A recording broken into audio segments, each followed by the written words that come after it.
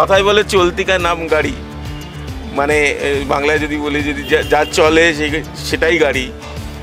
আর আমি বলবো যে যেখানে বসে আছি যিনি আমার বাপ ঠাকুরদার বয়সী, তার থেকেও বয়স বেশি হবে হয়তো।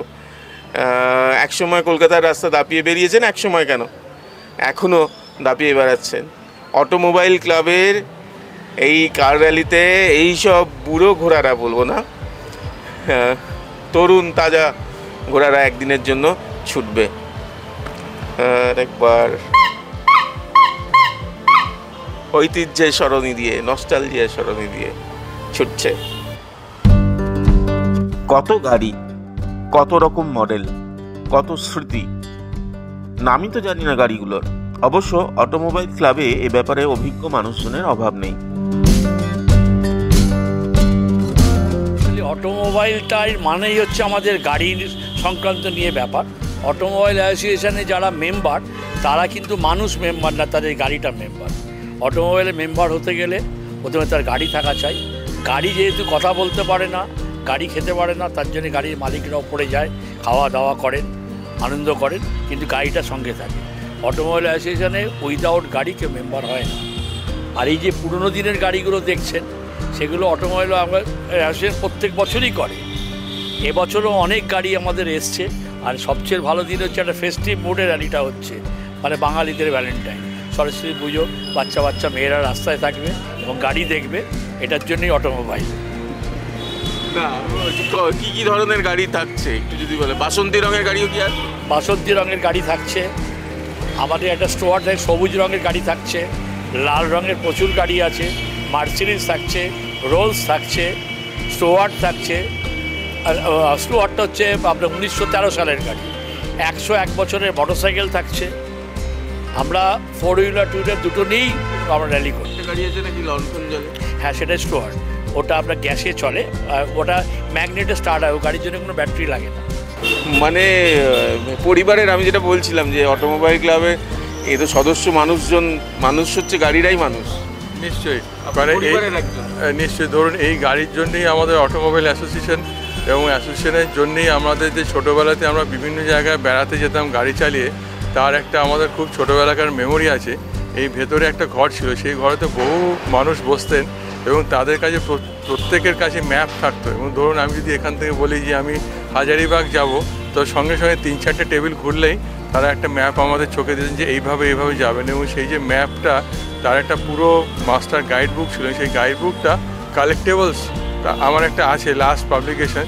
তাতে আপনার ব্রিটিশ আমলের কোথায় ডাক বাংলো, কোথায় চৌমাথা, কোথায় রাস্তা খারাপ, কোথায় পেট্রোল পাম্প, কোথায় সাইনেজে, কোথায় ডান দিক লেখা আছে আপনি যাবেন না, আপনি বাঁ দিকে যাবেন, সমস্ত কিছু পুঙ্খানুপুঙ্খভাবে বিবরণ দেওয়া ছিল। সেটা একদম মাস্টার গুগল প্ল্যানের থেকেও বেটার ছিল। গাড়ির ব্যাপারে বলি, এই যে গাড়িটার সামনে আমরা দাঁড়িয়ে আছি, এটা আমার ঠাকুরদাদা শ্রী রাজা কমলরঞ্জন রায়, ওনার অফিসিয়াল ইউজ লিমোজিন ছিল।